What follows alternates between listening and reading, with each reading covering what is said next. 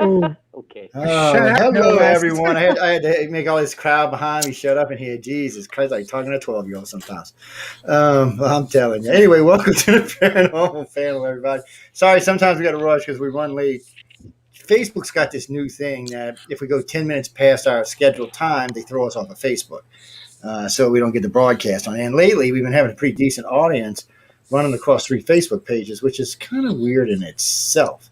The other night, when we were on, when we did the show Saturday, they were all over the place. I was like, wow, people. Yeah, because it was weird. We weren't seeing anybody on YouTube. We were seeing them all on Facebook, which is strange. You know, that's, hey, everybody wants to go where they want. I have seen the YouTube pages going pretty good anyway. But welcome, everyone, to Paranormal Talk. We're going to be talking about, UFOs again tonight, discussion about why should the government tell us? What are the consequences? Not just for the government to tell us, but what's the consequences for everyday people?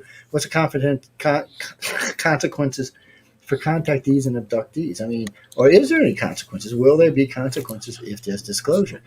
Good friend of mine sent me a packet today from the Pentagon, labeled top secret, classified security clearance, which is way lower than mine. So he sent it over to me, and the government's going to talk a little bit about it, but they don't look like they're going to outright say that ET is real. So I'm hoping that they're going to. I also caught 2 other radio show hosts today riding in from somewhere. Actually, Sean Hannity was talking about it, and I never listened to that asshole. Well, I can't stand him. He's got some kind of weird. I don't know. Anyway, something about his hair or something. Anyway, the guy bugs me. But as I'm going through the channels today, I hear his mouth, and then I hear UFO. So I had to stop. So I stopped. I'm listening. He's talking about the Pentagon releasing this, Pentagon releasing that, Pentagon releasing this. And, ladies and gentlemen, on the next political show, I'm not sure when it's going to be, but we're going to get into the G7 meeting quite in depth. I got to mention it now because I'll forget, but I'm just telling y'all, be looking for that show because we're going to get into it because apparently the media in this country is, just can't be honest. I don't know what it is. We're getting back to what we're talking about. So, it looks like the Pentagon's got quite a bit of information. I was informed over 5 million documents pertaining to extraterrestrial. FOIA also said that they have more than 11 million documents pertaining to extraterrestrials, and that is weird. We got some kind of weird reverb. Hey, Michelle, take over for a second. Alrighty then. So just for the record, we are broadcasting live here on the UFO Paranormal Radio and International Public Radio YouTube pages. We are United Public Radio and International Public Radio. We are broadcasting via 107.7 FM, 105.3 FM in the beautiful city of New Orleans. All right, there we go. Said my little bit. So there we go. I just killed some air. Whatever that reverb was going on over there, that was just some weird ass noise going on. I can't be listening to myself talking. Listening to myself talk will make me go crazy. I can't. But anyway, we have Michael. Oh, Michael was on the writing mission. I gave it to Michael. I didn't realize we got Michael with us. We got Laura Lee with us. We got Michelle with us. We got Dell with us. Y'all don't know who they are. Go on the website and look them up. And your baby Yoda. Yes. We're doing Oh my God, it's Baby Yoda. Is Baby Yoda pregnant? Kind of looks pregnant. I'm just saying, Yoda, 50 years old. I guess he could have. I look pregnant. That's not happening. That'd be immaculate conception. It's I'm wondering if there's proof of aliens there. Well, on a weird note to start this show off with, Michelle and I on Saturday were doing this show, and one of the things in some of the research she did showed these weird radar towers at Eglin Air Force Base. Later in the show, I'll pull them up. I was over there Sunday, and I went and refilmed them. I got them on tape. They're actually on the Facebook page somewhere. I was actually filming Fiona, but I figured I'd film them too while I was out there. And the baby girl's got to be. She thinks she's a star now, so she got to be filmed. She's a star. She wants to be out there. She's been on Facebook, But anyway, so I got hold of those. So later on in the day, we stop in this park. This is on the backside of Pensacola Bay. We pull in this place, and it's 4 or 5 o'clock in the afternoon. Beautiful evening, sunshine, gorgeous. It was actually a little later. That's about 6:30. Sunset setting, and it's kind of coming down. Everything's purple and pink and all these pastel. Really pretty. So I walked in and told them to come down the beach. We cut through the woods. And they got all these benches and chairs and little places now you can sit. And then all of a sudden there's the water, emerald green going into this beautiful dark blue water. So we're sitting there talking. So I'm going to take the dog down the beach, let her walk, because Fiona loves the sand. So we go walking down the sand. So I come back up the other side, and I'm looking around for Linda, and I don't see her. So then the dog takes off. So I figure she sees Linda, she's headed for the car. So I'm walking up to the dog, and stupid ass Fiona gets lost on the concrete trail, no less, behind the bush. I'm sorry, I was just kind of funny and pathetic at the same time. When she seen Daddy, she lost her mind. She was like, "Oh my God, I was lost." So then I realized my wife was nowhere to be seen. I'm like, "What the hell is going on?" So I turn around and I look back, and she's standing on the beach. I'm like, "What the?" And she's like, "Oh, you didn't see me?" I said, "No, because you weren't there." She's like, "No, I was standing right here." I said, "No, you weren't, because you didn't see it." And I said, "Obviously, the dog didn't see either, because the dog was going to the car." And which was weird, because as soon as Fiona sees anybody, she's headed for him. So I don't exactly know what happened. So later on, we went to this other park, and then we realized that we had been in the other park for an hour and 45 minutes. Well, I can account for 15, maybe 18 minutes of the time in the park. That's it. I can't account for any more than that. That's all I can account for. They're just, we drove in, walked into the bathroom, walked out to the beach, walked around the table, walked back, came in. Could not have been more than 15 minutes. Maybe, we'll say 25 for the sake of argument, but there was no way it was any longer than that. And we were picking it up because the park closes at sunset. So we wanted to be at the other park before sunset, and we don't have to catch any shit from the game warden. Linda's still like, "I can't believe you didn't see me." She was mad at me because she thought I was just leaving her on the beach and going to the car without her. She was pissed. And I was like, "Well, neither one of us seen you." And still, when I first glimpsed her, it was like in a fog, because even the dog still hadn't recognized her. And then when I started walking towards her, Fiona recognized her. Fiona's got better eyes than I do, so I was kind of like, what the hell is going on here? That was just a little weird. So what are you seeing there, Joe? You're seeing that you went and disappeared for a bit, and time Well, I don't know was who like disappeared. long. I'm not sure who disappeared. I don't know if it was me, if Okay, it was Linda, if it was the because dog. I've experienced at camp there where it's been a long period of time, like in long periods of time, and it's only been a short period of time for somebody else. And so I'm just wondering, has it been a short period of time and a long period, or a long period and a short? Well, you see, it's weird. We're not like normal travelers, because we travel a lot and we do a lot of research. So we mark our times. We always have, because we've lost lots of time. We lost 11 days before. So we mark our times really careful when we're traveling. And we mark it by events and by places. So we know where we're at certain times of day. And we also know what time the sun's are setting, what time it's rising, and what time it's moving. It's just part of what we do. So the other day it was just weird, because there was nothing that would suggest anything went on. There was no weird anomalies. There's no lights. There was no UFOs. There was other people on the beach. Not many, but there was other people on the beach, because Fiona was whining me, calling the poodle dog a wolf. So I'm not sure what that was about. But it was a strange situation, because she walked up behind us, and I walked down to the beach, and she stopped on the beach, and I went to the right down the beach. And I'm telling you, it's not more than 20 feet I walked down the beach, because my little fat dog gets tired in the sand really fast. So, we walked 20, 25 feet, and we turned up to come to the table. And Linda told me she seen me, because I was looking at this weird sign that was upside down and said, parking something, park your car or something here. Make sure you take a picture of your driver's license. I'm like, this ain't no damn hotel, it's a park. So I'm assuming it got blown down there from a storm. So she saw all of that. When I made the turn and come back, she still saw it. But we didn't see her anywhere. The whole entire time, once we left the beach, we didn't see her anywhere. And we looked right where she said she was standing at least 3 times. There's just nobody there. So whether I was going or she was going, or it was both going, it was just a memory. I have no idea. Until one of us gets regressed, I really don't know what happened. But it was and nobody was angry afterwards. Nobody was mad. It was all very surreal. It was very calm. It was a very beautiful, even matter of fact, Linda had even suggested, she didn't tell me how to talk to them, because I thought we were going to stay till dusk, which we had planned on doing. But for some reason, we just got in the car and left after we seen each other. We just both got in the car, threw the dog in, and left. Not mad or angry or anything, just got in the car and left and went to the other park. It's strange. That almost sounds like a similar situations that David Politis does this missing 411, and he has a lot of stories all through the U.S. where people are like right in front and just disappear, and they haven't been found. Some of them are found years later, and some of them could be explained, could be an animal attack and that, but some of them are like a person 150 feet away sitting on a rock with their shotgun or their rifle hunting deer, and been hunting deer forever, and knows everything about hunting and contacting people, and they just disappear. People walking down paths and they turn a corner 20 feet ahead and just disappear from sight. No traces, period. And these are sort of really interesting parts. And a part that's sort of my theory on this there too is that a lot of these national parks are associated with U.S. military bases or in close proximity. So you have to wonder too is that if getting into this whole UFO alien stuff or just government DARPA activity, maybe are they setting off little projects that could be causing dimensional rifts and They people could just be, 'cause disappear. an hour earlier, I was filming on Eglin Air Force Base.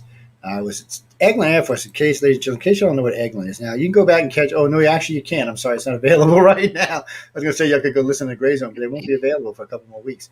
There's a lot of them, but Michelle and I ain't going to release them until they're back on YouTube. So anyway, we did this on Saturday. We talked about some of the stuff that I found over the years in Eglin. That's one of the reasons I actually went and took this video while I was at Eglin, because one of the pictures I showed Michelle while we were on air Saturday was this radar dome. Now, these are low-profile radar domes that are only used to track unidentified flying objects. That's what they're for. They don't do anything else. And no one knew what they were for years and years. At first, they thought they were observatories. But long story short, the one I was showing Michelle actually had an orb around it, a mass. These things are pretty big. They're buildings with a dome on top of it. And this was a complete orb encasing it. To this day, nobody knows what that is. The picture's still available on the iCar website. It's in the second set of photo sets, so you can check it out. But I may bring it up after a while. But it's weird that we were there filming. And I was actually talking about alien abductions while I was there. I said, I hope they don't probe my dog. But I was talking about the dome. See, I talked about three things. I talked about the dome. Then I talked about the tower where the UFO landed that we got on video that we had on the show with us last Saturday. And then I talked about the building where Linda and I seen the stairwell that went down to nowhere that we thought we never went down until later on we found out we did. Because for years we said we saw the stairwell, and I said I can't even tell you how many times I said this. Oh no, I wouldn't let her go down because she's the brave one, not me. And come to find out under regression, that's not true. We did go down, and which is for a whole nother show. But it's weird how all that stuff works. And what's weird is last weekend, not this weekend, but last weekend, we were down there in Pensacola and lost an hour and a half on the backside of Navarre Beach. Navarre Beach is probably either the first or second place where people get abducted at. I mean, it's just a massive amount of people who get taken there. And it's not always by aliens. A good chunk of the time, it's by the government. I mean, on a couple of occasions, we've been harassed there. We've been stopped there. We got video with the guy sitting in front of us with an M50 on his four-wheel drive pointed at our car with two guys on each side of him holding M16s. For what? I mean, we were parked in a public beach, in a public parking area. But yeah, and they followed us up and down the beach all night because we were doing an investigation at night. And then they finally just came and sat right in front of the car and pointed the gun right at the car like, hey, we know what you're doing. Why don't you get the hell out of here? Which we still didn't leave because we hard at it. I mean, what were they going to do? Shoot us up in the car, which they might have. I don't. Back then, we didn't even have live broadcasts like we do now. See, a lot of times now when we're on investigation, I'll log it into a page somewhere so that it's being broadcasted and some crazy shit happens. At least I know it's going somewhere besides here. But there's been a lot of that going on lately, and it's been picking up, and not just for us, but for several other people. And I'm kind of wondering why all of a sudden. I thought maybe it had something to do with disclosure, but I don't know if it does or not. So we're going to start right now. We're going to put up a question real quick. We'll start with Michael because he's first up on the list tonight. So if the government comes out, and this is a big if the government comes out and says, not Joe Biden because I won't believe him, but if somebody from the Pentagon comes out and says that extraterrestrials are real, they are coming to our planet, and they are doing certain things, what are the repercussions? I mean, Mike, what do you think? Is there going to be any problems, or is it going to be status quo the next day, or is it going to go to work, no problems? Press going to do their shit? I think people need to demand reparations, man. The ones who have been abducted and taken, they got to get some gold out of the deal or something, man. And then, you know what? They're not going to tell anybody. The Pentagon doesn't even tell people how much toilet paper they go through in a month. They are not going to tell people anything important, nothing, zero, zilch. The only thing they're going to do is come up with some BS excuse for what's already been seen by everybody. So they have to substantiate that. Anything beyond that, they're not going to say a word. What about you guys? Laura, you up next, baby. No, I don't think they're going to tell us a thing. Nothing at all. I've seen there was an article, I think I sent it to you, Joe. It was a video about when this was being supposedly discussed in Congress, that some of the things, now again, is it real or not? It was with one of the fake news stations, that one of the bigger stations, but they were saying there was a few people in Congress that were going, oh my God, we're in grave danger. We can't protect ourselves. And Adam Schiff was kind of cagey about it. But let's face it, the other alphabet soup there, what was it? The CIA, how many months ago said they released absolutely everything they had on UFOs and ETs, which was absolutely nothing. They redacted almost everything. No video, no photos. I don't agree with Michael. They've never even let any of their presidents supposedly know before. So they certainly aren't. We're always the last to know. They're not going to tell us. Well, some people probably don't need to know. Let's be honest about it. That's true. I wouldn't have said that before, but now when I see how ridiculous some people have gotten over things, I can see why. But see Michelle's up next. This is a weird setup tonight. Yeah. I don't think they're going to tell us much of anything. They're going to tell us anything that will instill a little bit of fear. If you notice, you've got a lot of these videos where you've got these aircraft carriers being swarmed. I think in the end, they're going to try to make it look like it's, a security risk, instill even more fear. And that way they can come up with the excuse that, well, look, we're just protecting you guys, you have all these great minds. Even Stephen Hawking said, no, bad idea, aliens, So I think they'll get away from how or what happened to abductees or contactees by simply saying we were protecting you. And I think a lot of what we're going to see are these things swarming, going around sensitive areas like nuclear plants and, anything that has to do with war or military. Sure. But I think instead of making it look like maybe it's a curiosity, they're going to make it look like it's a threat. And we don't even know that it's none of their own freaking crafts making it look like it's a threat. That's the sad part. It could be. That's just my opinion. I'll stick to it. It's my story and I'm sticking to it. Del, what's up, man? Well, I got a sort of a mixed feeling because something you said there a couple weeks ago, Joe, and something I watched there too. And I'm just thinking about the whole part about is that why are we looking at the USA to disclose anything that's around the world? There's so many other countries that could go and say if they're having this, but we're all waiting on bated breath whether the US or the Pentagon goes and discloses if UFOs are real. And I guess the other part there is that the document that you had said there before that was released earlier is that they know that they're not alien that they're saying, but they're unknown. So they've changed it from unidentified to unknown. And so that seems to be a weird sort of thing. And in the last 3 or 4 days, they said that Russia and China have unknown aircraft that the U.S. is not aware of. So I'm just wondering if they're just going to, this is a whole sort of wagging the dog situation to get away from stuff, because there is other documentation about people that have been out there in the UFO world about being abducted and governments using and being in cooperation with some sort of off-world race. And so now is that all just make believe and all BS? And this whole subterfuge thing there, because this disclosure that the USA has to verify so the rest of the world knows. I don't know. It starts to be fishy now. Well, since you brought that up, here's another good question for you. Why hasn't the UN disclosed? It doesn't answer to the United States. Do a whole show on the UN. I know. Well, we definitely could. A good friend of mine used to work for him. Matter of fact, one of our other directors used to work for him as well. He used to bring us all kind of interesting stuff about him. But the thing about that is, the UN can't disclose, and I'm sure somebody over there's got to know something. But I really think the biggest problem for disclosure for any country is they don't know as much as the people think they know. Because from my resources in the government, they're not. I'll put it this way. A good friend of mine who's a full bird colonel in the Army, who's special ops, told me this not once but twice. He said, Joe, you know more than I do. Quite a bit more than I do. He said, I've been doing this for 35 years and you know quite a bit more than I. He said, matter of fact, he says, that's why I source you sometimes on our paperwork, which I didn't even know they were doing. I found that out thanks to the FBI, that they were using me as a source. And the reason I found out is when my last background check came out, I was notified about it. So I was kind of like, what the hell?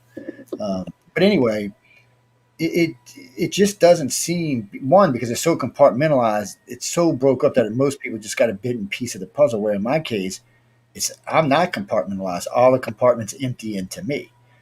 So it's a little bit different. I get my hands on information. I mean, I've had Senator McDonald bringing us information. We had quite a few big names over the years. We've been connected in the government for a long time, and they're looking for it. I mean, Wake Up USA alone, the owner of the show will tell you, no less than 100 times did they break into the show to ask a question, and they would tell you who they worked for. This is NSA, and we wanted to ask you this. And they would talk. Now, it was a closed lock system, so it had to be somebody that knew what they was doing. Doesn't mean it was a government. Could have been a good hacker. Can't ever rule that out. But it happened on numerous occasions. And on a couple of occasions, to prove a point, they didn't just shut our internet down. They shut everybody listening down. That's a hard thing to do unless you got some kind of serious power. So I don't think the government really knows as much as they act like they know. I think that's one of the reasons the Betty and Barney Hill case was a military abduction, because they were seeking answers in that case. It's one of the reasons they recruit telepaths from contactees, because they're looking for answers. They need a way to be able to scan contactees and retrieve the information without doing harm or damage, because the aliens get upset about it. So they need to figure out a way to do it, and that's what they've been doing. But they're just, ET doesn't want to tell them what they're doing here. The aliens don't want to tell the government anything. They'll deal with them from time to time. They may give them a little technology here and there because of what they're doing to our citizens. But other than that, they don't have anything to do with our government. They don't. And as far as they're concerned, they have disclosed to everyone who needs to be disclosed to. Can we ask about the question there about when was the first videotaped UFO? After the war and stuff like that, before the war, when cameras came in there, that something was videobeoped, not. I thought we were taking turns. Well, there you go. I'm sorry there, Michael. I totally stepped out of line. But anyway, before I hand it back over to Michael real quick, there was film, I think, from World War I. I know there was from World War II because of the Foo Fighters. I'd have to say whenever the rolling camera was invented, there was probably something taken that first year. Unfortunately, and I don't understand this today, there are far more cameras around the planet today than they were 30 years ago. But we were getting more pictures 30 years ago than we are today. It's a hard thing to understand. I mean, everybody and their mama, unless what I say is true and only contactees see UFOs, and then it would make sense why it hasn't changed any. But, I mean, come on. I mean, everybody I know has got a camera in their damn hand. And some people got their cell phone camera plus other cameras. But go ahead, Michael. My question is why? I was watching this thing about aliens in Alaska, right? And then there was a guy riding his snowmobile who, felt something in his leg. And then, like, for 20-something years, he had this thing in his leg. Yeah, for 20-something years, he hasn't even, gone to a doctor. He just kind of lives with it, which actually happens, He goes to a doctor. They end up extracting it. Before they extracted it, it had some electromagnetic radiation coming from it, And the guy said he felt like it was an implant that was sending radio signals to somebody. But my question is why? Why would they need to do that? I can see why the government would want to track radiation or different stuff they release upon the public, But I mean, this guy says he was all by himself in the Alaska wilderness. I mean, this dude hunts wolves and whatever. He's one of those guys. He's not like some guy getting into a cab on 42nd Street, I mean, there's nothing around. He saw these weird lights, and then boom, this happened. Yeah, well, he could have been darted and tranquilized and but why track people? Why, you make your jokes about anal abductions and all, but why would you want to? But they don't need tracking devices to track humans. They track us via our DNA. They don't need a tracking device. That's not what they use them for. Only people who use tracking devices are government. Or other governments, but our government uses. But why anally intrude somebody because they like it? Because that's just. That doesn't even make any sense. That's just something somebody said 100 years ago. That doesn't actually go on. It may go on in the very first abduction, whenever it happens, but usually it's pre-birth anyway. So just to break the ice. Yeah, they done that. They're not really. That's somebody back 80 years ago thought it was going to be funny to say it. That's where that came from, and that's where it's always came from. But what do you guys But think? it All doesn't of you. have any merit. What do you think? Yeah, Lord. What do you think? Well, Why? Or do you think they can't communicate with us? I mean, I don't believe in that, but there is the cosmic equation. But what do you think about that? well, go home. oh, well, no, what I was Through going to the say is prostate. I heard some interesting ET abduction stories this weekend with a couple psychic mediums I've been connecting, working on something together. But I want to ask this to sort of answer what you said, though, Michael. I think that they're so far advanced compared to what we are. Again, I got to agree with Joe. They don't need a tracking device. They just connect telepathically with us, and who and when and why, and they're not going to tell us why they're going to do what they're going to do or who they're going to connect with. That's part of the research, right? But I wanted to ask you, Joe, when you were talking about being darted, one of these psychics I'm working with, she said she was sitting at dinner. She's in Mexico right now.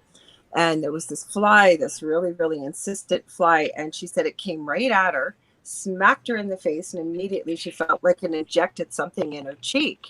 She said she actually took it out. Now, do you think that's like DARPA type stuff, or could that be ET? Because That's not ET, but that could be. There's a couple. Well, we call them MILABs. I don't know where. I think Melinda Leslie actually coined a military abduction term, but whoever did, it's not quite an accurate term. First, because it's not real military. It's not like our military or your military. It's a group of people. It might be some colonels, some ex-generals, some Boeing Lockheed people, some people from government, Congress, senators.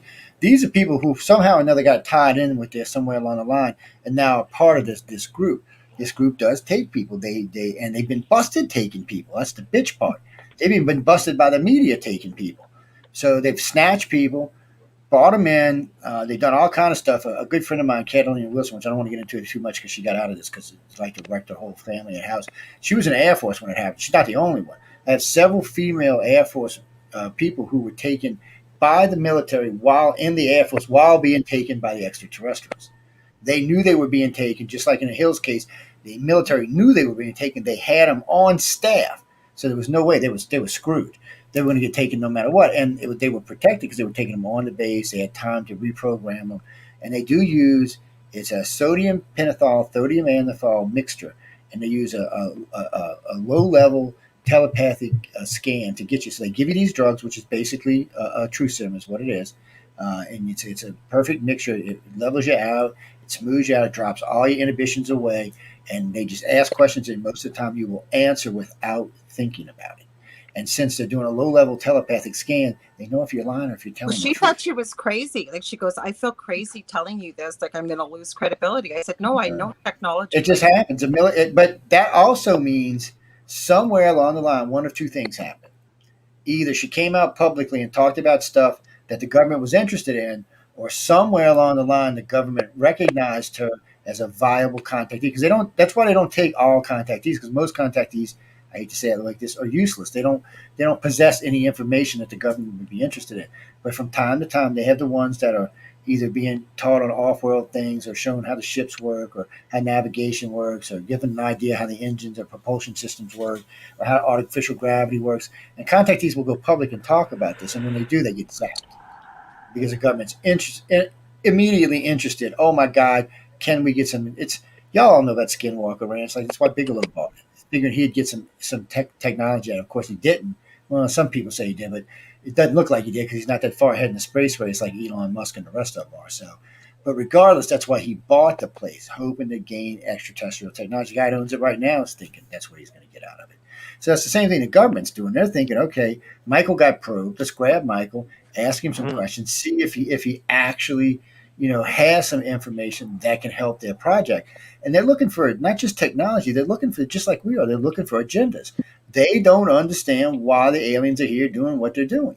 Because the aliens don't tell them. They're just saying, hey, we're here. Sometimes they tell them it's over resources. Sometimes they tell them they're here to just watch us evolve. And that's why they abduct us, so they can see how each generation evolves mentally, physically, and emotionally. And that's why they push through experiments. That's their words to the government. That's all the government gets. Well, I already know they do far more than that. But Uncle Sam don't, because they never had the chance. So they have to take MILAB. They have to take people who they know have been taken for sure. They've either witnessed it or there's been enough information to prove that these people are legitimate contactees, and then they will take them. And they have no qualms on taking them either. The only reason they even slow down a little bit is somewhere along the line, especially with the Greys, they seem to get pissed off about it. They don't exactly think it's funny when somebody comes and takes one of their contactees. So, especially if they're doing certain things to retrieve information. So I think that's the only thing that slows them down. But they don't know. They're like us. They're like shit. They're worse than us. I don't think they know what we do. They know more about the technologies than they do the agendas, and we know more about the agendas and the technologies than they do. It's one of those things you just got to kind of. I'm glad you answered that, because that gives a lot of clarity. Actually, I didn't think it was ET, but I'm just, when you mentioned about getting zapped, I thought I'd ask about it. But I've heard about flies. I've heard about roaches. I've heard about crickets. I've heard about birds, all with darts in them. Those four, I've actually seen. Yeah, I've seen the bird and the roach. The roach was actually, what's the camera? It was about this big. And it had the back end was some kind of liquid, and it would just bump into you and shoot you, and you were out. And she said she found it immediately, and her face swelled up. And she said it was really slow afterwards too. She was able to, like, she smacked it. I go, please tell me you hung on to it. She goes, no. No. I said, what did you take out? She goes, I don't know. I threw it away. It was just, I said, oh, it was disgusting. Yeah, because that's why they make them like that, because it's disgusting. It just is. Michelle, you. I guess it didn't gross me out. It's like I would have been looking at this thing. I don't like what's in there. Yeah, I got to look at regular flies. So you know, I've been looking at it. Like, what the hell is this thing? Why did it hurt like that? She felt crazy. She goes, "Am I losing my mind?" I go, "No, this kind of stuff exists." No, they talk about it. And they get more sophisticated every year. But that's another reason they want those empaths, so that they can, those telepaths, so that they can reprogram you. It's easier when you're under those kind of drugs and you got a good telepath. So you can reprogram somebody through voice and hypnosis by using sodium amythol and sodium pentothal.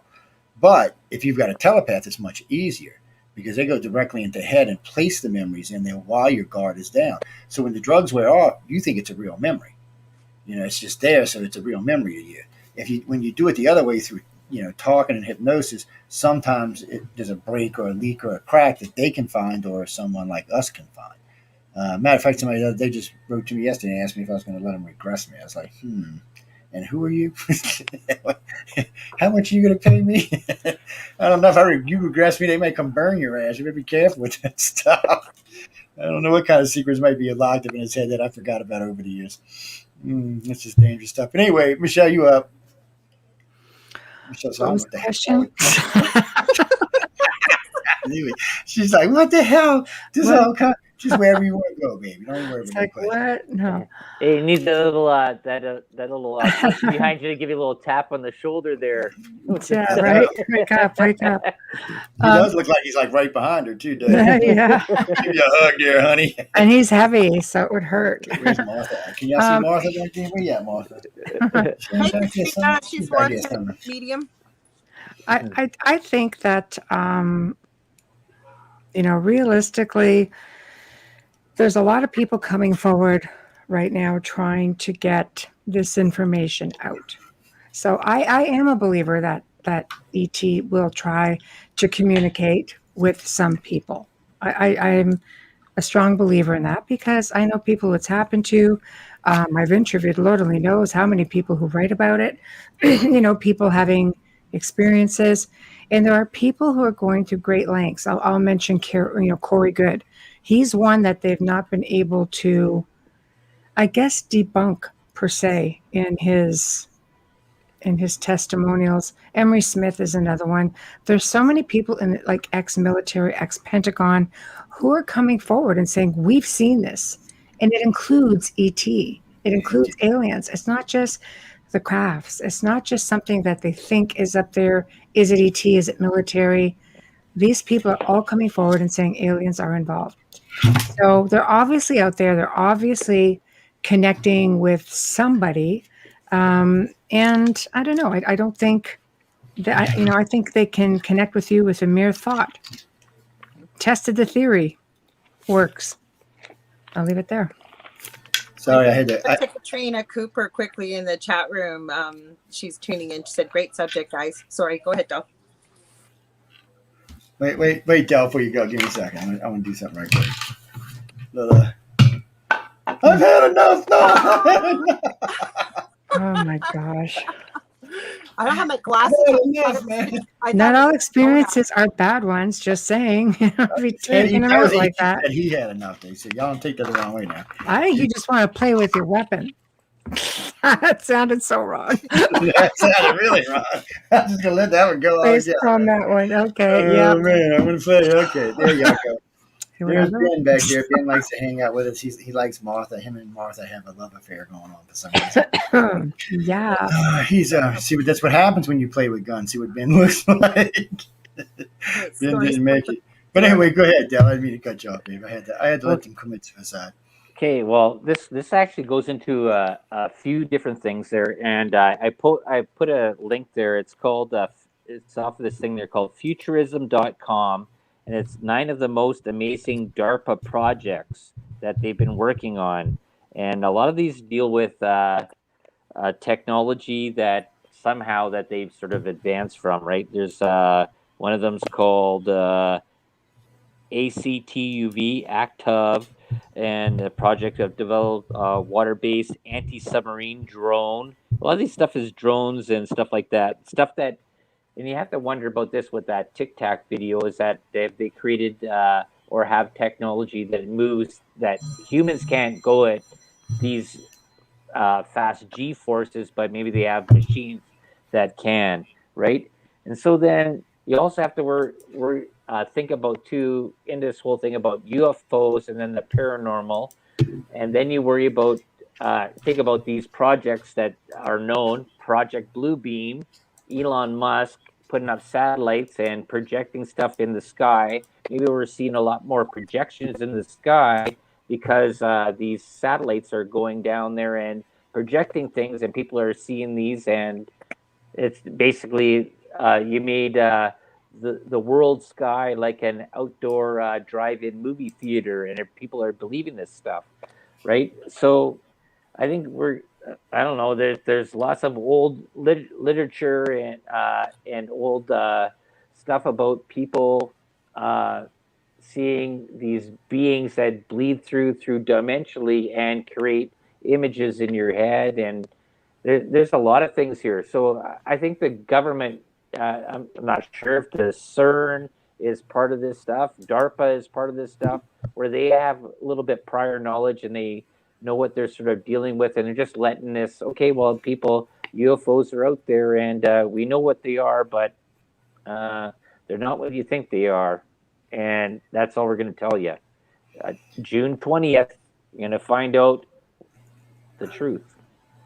We were supposed to anyway. The only thing that today was I've seen 2 things get released today, and then which was interesting, but nothing that proved anything. And we're going to be today's the 21st, so we're 9 days from the 1st of July, and still it doesn't look like they're going to come out with anything of any hardcore evidence. But the government's got another problem. See, their problem is they can't really say UFOs aren't ET because UFOs existed before America existed. Shit, UFOs existed before Europe existed. So you've got a problem here. I mean, these date back 5, 6, 7,000 years. We know the Sumerians talked about it. The Egyptians talked about it. This is long before any Americans or Europeans even existed. So there was nothing flying in the sky 5,000 years ago. There was nothing flying in the sky. India has the Brahmanas. That's all through all their culture and their religion there, right? Oh yeah, the religious warriors that fly around. They were actually, India talks about big fights that used to go on in the sky, and not just from one part of the country, all over the country. There's quite a bit of writing about it. I got to give India credit. Them and China both detailed their first 1,000 years of existence, at least as far as we know, their first 1,000 years of existence very well. And these are both cultures that date back 5,000 years, so they got lots of history, far more than any of the history that we have. So when they talk about things flying in the sky, you instantly got to stop, because it wasn't birds. They told you it wasn't birds. It was some kind of mechanical thing, and they understood that even 5,000 years ago. But let's be honest, nothing could fly. I mean, when was the hot air balloon invented? 200 years ago, 300 years ago, whenever the hell it was invented? That was it. Before that, for man's 99.99999% of our existence, there was nothing flying around in the sky. So anytime you hear anything in the past where they talk about multiple witnesses of things flying around the sky, you got to take it serious, because it was a big deal to them. It was overly, crazily shocking. They were like, what the shit is this? Hey, I got that DARPA page up, by the way, Adele. It's Yeah, you just had to scan up a little bit there too. You're stuck at this one little part there. But Michelle actually mentioned there before when we were talking about a year ago, is that there might have been a reset, right, where there was technology and balloons could have been around, or flying stuff could have been around 2,000 years ago, and it just been sort of crossed out of history. Yeah, it could have been, probably not though, because these things weren't balloons they were describing. These were fast-moving objects. I mean, the pictures of the Middle Ages pictures during the Christ times, I shouldn't say during Christ times, but through the Middle Age times, they were fast-moving craft. Whatever they were streaking across the skies. They weren't playing around. They were like asteroids that flew straight. And that was another thing I found funny about all the ancient artwork. Sometimes they would depict it as like a meteor, but they would depict it as a meteor flying in a straight line, not as it was arcing in, which is what it would have been doing if it was a meteor. So you got to kind of wonder what they were seeing. And of course, the Indians, Chinese, and Egyptians and Sumerians all tell you they were people. And well, let me rephrase that: the Indians, the Chinese, the Dogon, the Egyptians, and the Sumerians all said the same thing. They were people from outer space. They weren't from here. They didn't say they were dimensional crossovers. They said they were from. They knew. They didn't know who they were, but they knew where they came from. Basically, sorry. Dragons, thunderbirds. So does that make ancient history wrong? Everything now is saying this isn't a thing. Like modern day, you have military telling you this isn't possible. I mean, we have all this technology that can capture all of these moments. And back then they were doing it orally, or they were painting. You look in so much of the ancient artwork that clearly depicts crafts in the sky during important events like the baptism of Christ, for example. It's true. Like a lot of these are really important events around people who are historically very important. And that's biblically speaking as well. And the Bible speaks of it as well for those who are saying, oh no, this isn't a thing. It really is a thing. So where did things shift? The ancients had amazing relationships with extraterrestrials. You see it in the architecture, which some archaeologists, say, no, that's not a thing. And you have others who are saying, no, we're thinking this might just be a thing. Nothing definitive, but they're really leaning towards it in some cases. Where did things shift? Where did it change to the point where not only does it not exist, and if it does, you should be fearful for your life, because if they come here, they're going to take over. Where did that change? That's a good question. I think, where's Michael? We'll let him start and we'll make the rounds. Go Before ahead, Michael answers, guys, I got to duck out. Have a good rest of your show. Oh, be good. Thanks, Lily. Bye. What do I think? Yeah. About ET? Well, I mean, whatever people know is nothing.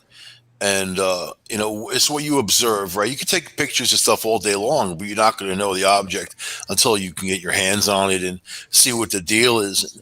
If we go by technology, I remember this story when I was younger about this police officer out west. And he said this UFO pulls up with two Army guys, basically get out. They collect some soil samples. They get back in, and it left again. And then he kind of just said it came and went. And then the same story was told by the guys who apparently were in that craft, is that they were sent to collect some soil samples, and then they shot right back. And it was glowing ultra blue, which was kind of like aqua blue, which is very interesting to me, because aqua blue actually contains lasers. I don't know. That's kind of just interesting note. But here's a story that happened a long time ago, and it was corroborated by a police officer and also the people involved in the project. So we definitely know that they have stuff. We just don't know. I mean, and that's 40 years ago. So what about now? And yeah, obviously we're some kind of reverse design. Either we're all given a part of the puzzle and we're all made to reverse design it, or it was just happened by accident, which I don't believe. I believe in any kind of advanced life could take whatever they want from us or give us whatever we want. But I don't think humans are ready yet for that type of responsibility. Humans scare me. Humans do scare me. Wait, sorry. Yeah, the scary people. Sorry, I lost the screen here. I was looking at that rigid airstrip, the Dragon Dream that DARPA's working on. Yeah. And it's I don't know, man. You got to wonder where some of this technology, but you know how our government. This is how you know our government isn't got any real alien technology because all of our technology involves thrust, some kind of chemical reaction or some type of reaction along those lines, something that generates a lot of force and a lot of issue by pushing the craft. Well, the alien craft don't run like that. They're either using magnetic fields or Right. gravity fields or some type of other propulsion, something that moves quite quicker. But more importantly, is somehow or another, they've learned how to do two things. One, they must have some kind of inertial dampeners that cancels out the effects of gravity and everything else around them, so they don't get smushed or squished traveling at those kind of speeds. And somehow they've worked out how to move in and out of space and time fairly easily without any big effort. Because you don't see any glowing spaceship coming in. There's nothing burning through the atmosphere when it comes here. However they enter our atmosphere, it doesn't create any friction against their craft, which is something we seriously need to learn how to do. That they seem to be able to have ability to cancel out the effect of gravity, which is something else we need to learn how to do. Go up a few there, Joe, to the Brain Initiative, and deals with them using power there to go and influence brains to see stuff. Yeah, I've heard somebody else talk about that. Ooh, I like these vehicles.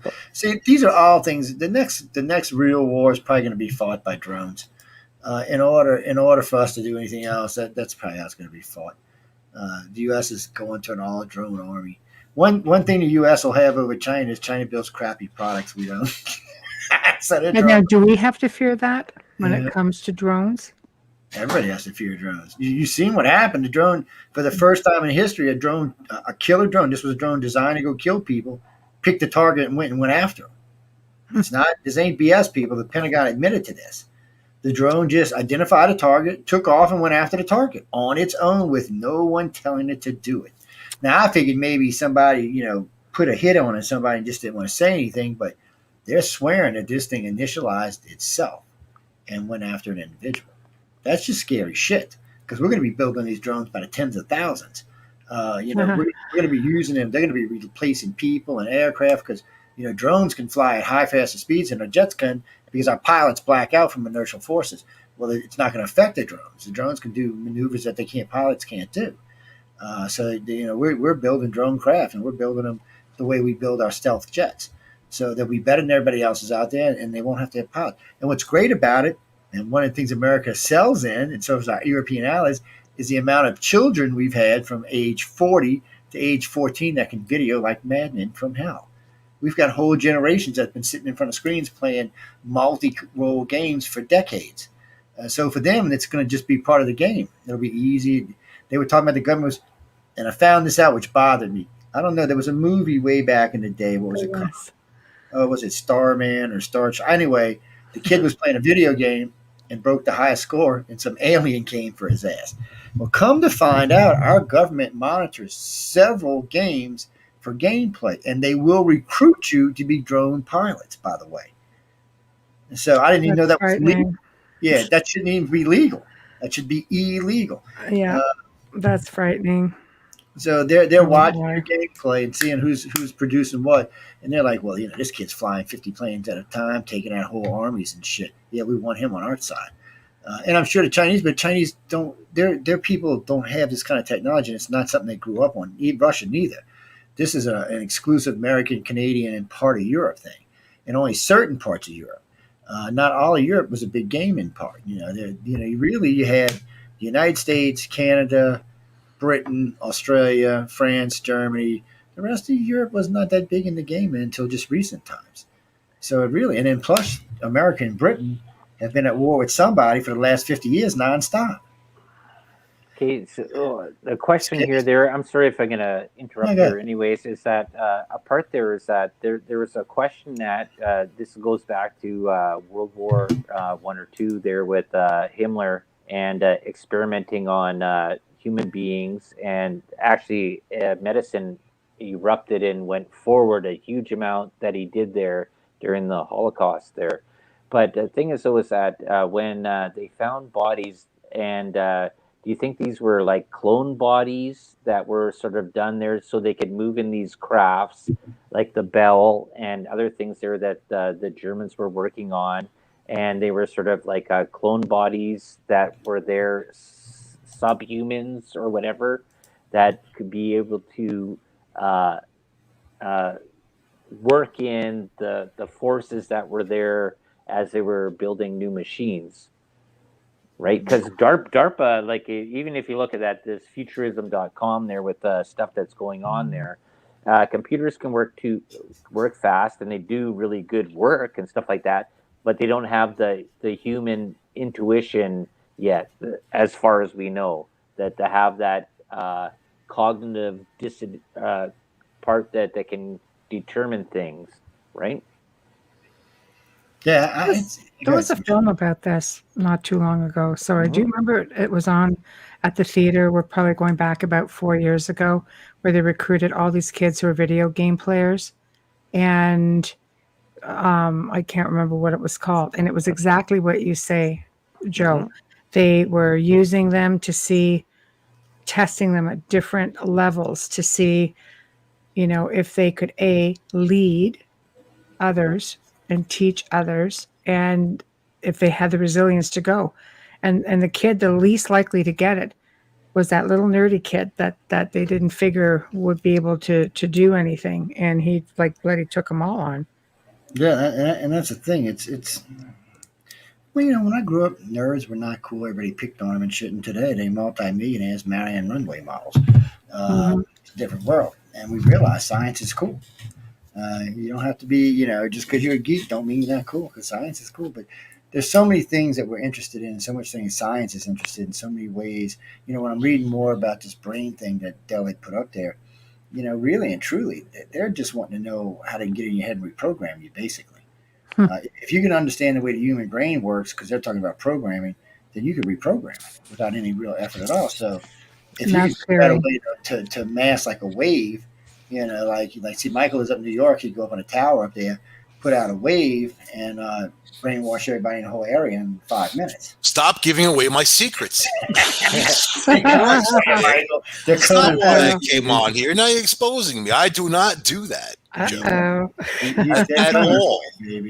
I send beer to people with a message taped to it. That's what I do. Much better. They get to read the message. To come if you Angley's 10 Commandments. What you shouldn't do. 10 things. Michael's got his 15 commandments. He's got an extra 5. I add every week. I add another one.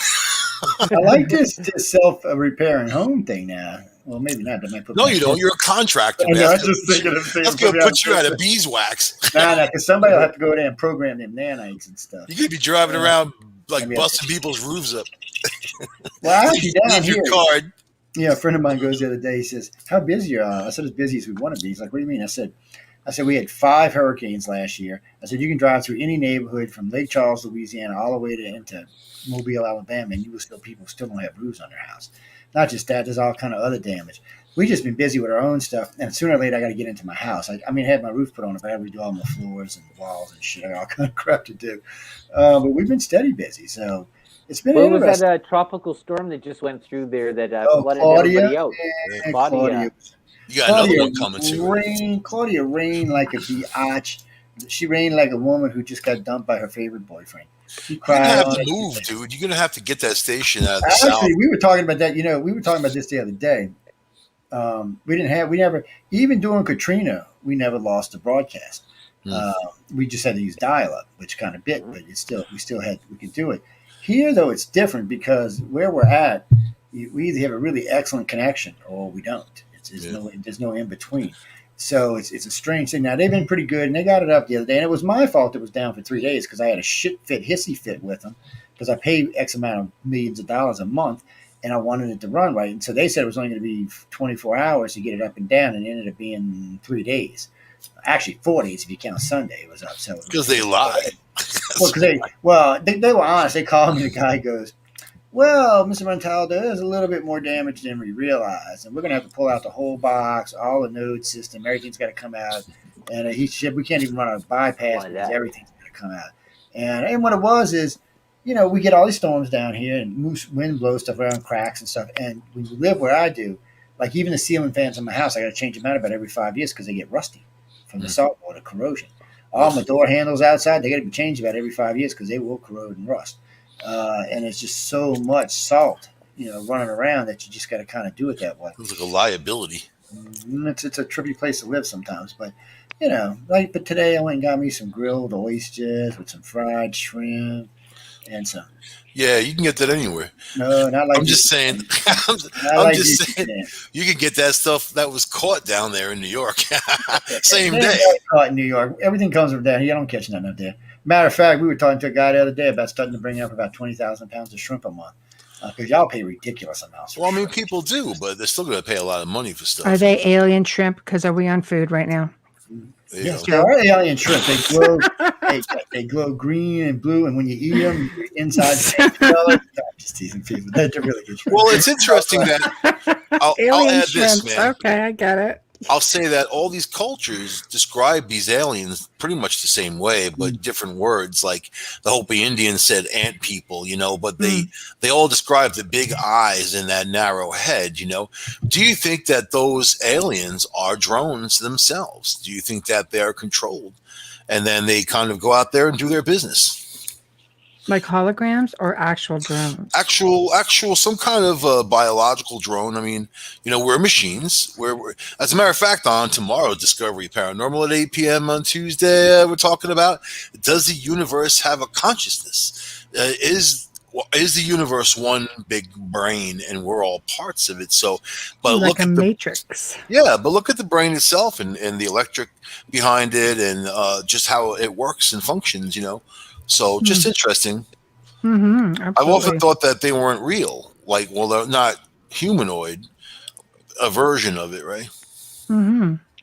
Well, that could be, and I think that just goes back to even something that Joe said when he talks about the aliens and the mantis and how he figures the mantis aren't actually aliens, that they're just sort of holograms or drones. Because I don't know, I can't tell you how many people I've spoken to who swear to gosh that they've got these mantis walking around and that mantis are actually a thing.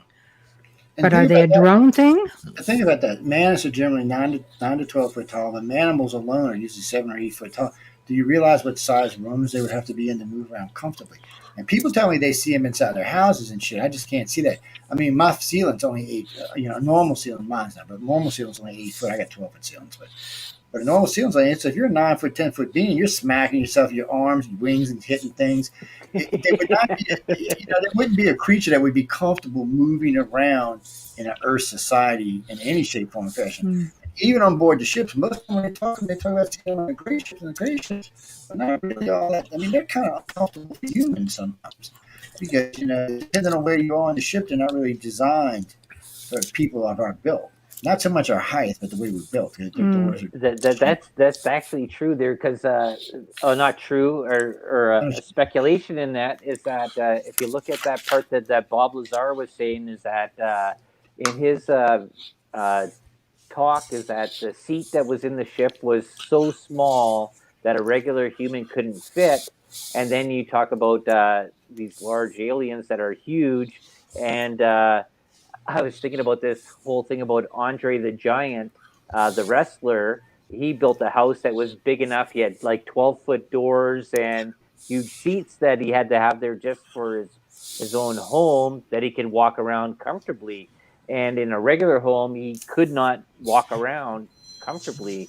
And that makes actually, that's sort of a little good sense there. It's like, you wonder if some of these things, these are special projects that are being done, if they manipulated and done something to make clones or created their own chimeras or whatever it is, beings that are small enough to work in these little ships that they've created from some technology or something old technology that you get there back from the stuff like Vimanas and anything that's talked about beforehand.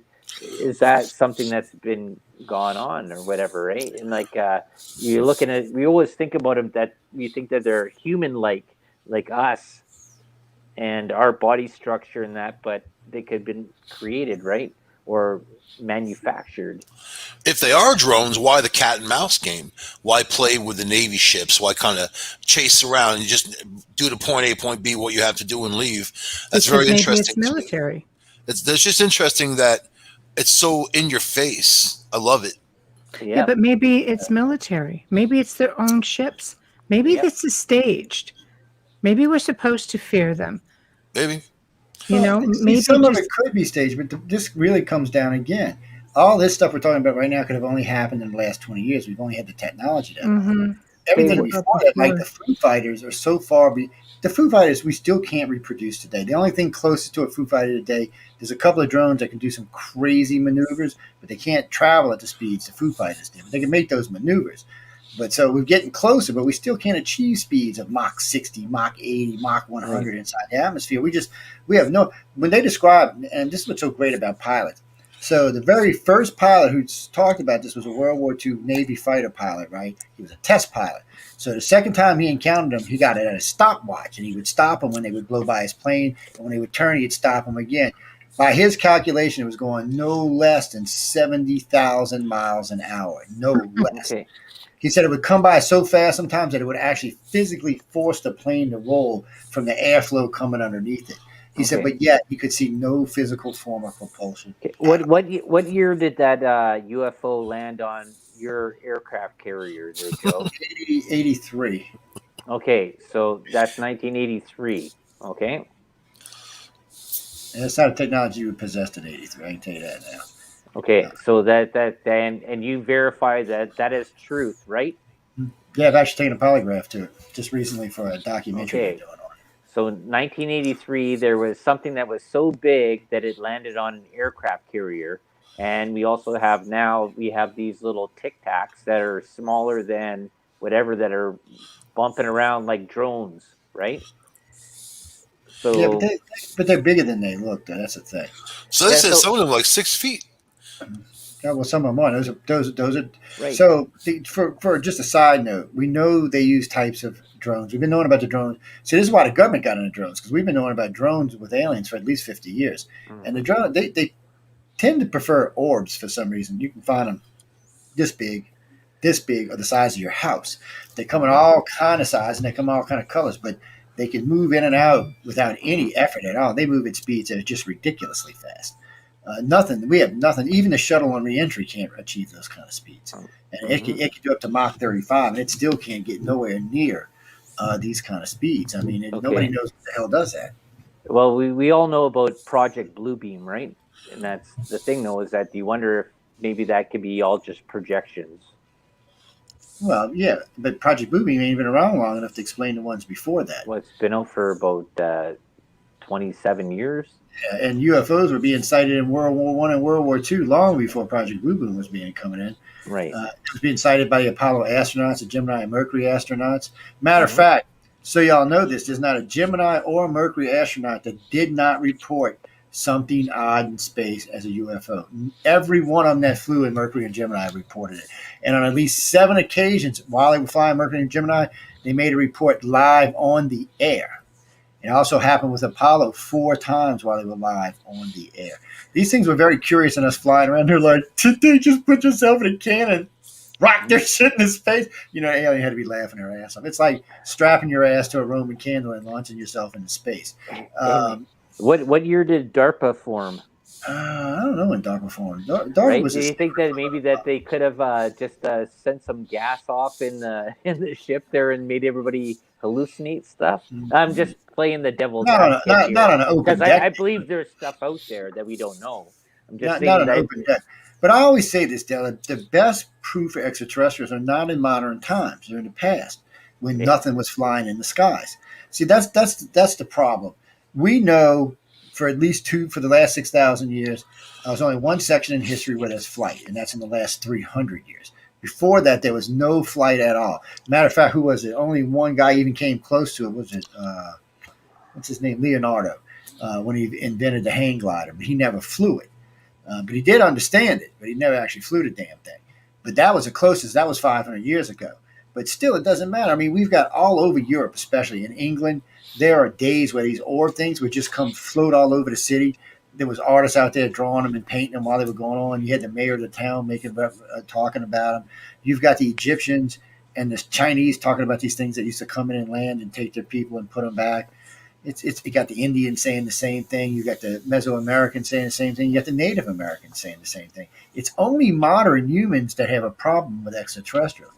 All the humans prior to us don't have a problem with ET. It's only in the last 100 years that there seems to be a problem. Well, sure, because you know, let's face it, you've got military taking more control. Can I just make mention of some comments? Ida Keatley says, I was taken aboard a ship in England in the Midlands. Mine was in 94, 95. The RAF, Royal Air Force Base, wanted people who had seen it to go to the base. This was published in a local paper, and it seemed to freeze everything in time. I mean, I was asking if it was Bentwaters, Capel Green and Bentwaters. I was curious. And yeah, I guess we'll wait for Ida to answer. And then S. Bob Laurent was asking initially, he goes, hi, I'm French. What do you think of the last interview with Red Elizondo on Bonnie's Disclosure Team channel? There was many things were mentioned, and he did say that the U.S. Army tried to trap some UAPs. Pretty crazy stuff. Oh, wow. Yeah, they tried to at Shag Harbor and got a damn submarine sunk. Yeah, and that was back in the 60s. I think for our part, most of our government has learned to leave ET alone. I just want to put a thing there. A good thing here about is that I didn't even know this, and I just looked this up just now, and people can look this up on the internet there. Who created DARPA, right? And it was the creation of the Advanced Research Projects known as ARPA was authorized by President Dwight D. Eisenhower in 1958 for the purpose of forming and executing research and development projects to expand the frontiers of technology and science and able to research far beyond immediate military requirements, and to DARPA. So Dwight D. Eisenhower. Doesn't surprise me. He was into a lot of crap. But that's the problem with all of this. When you start looking at UFOs, I remember I was doing a lecture, and I was in DC doing a lecture actually, and we had a couple of not interns. What do you call them?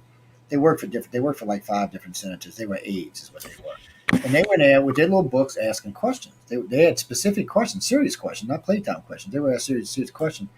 And the one guy says, well, Senator such and such would like to know, why do you think this is something we should be worried about?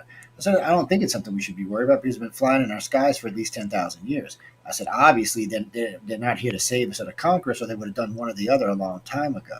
I said, the older we get, the more dangerous we become. So if you were going to take our planet over, you would have done it when we were basically throwing spears and rocks at your ass.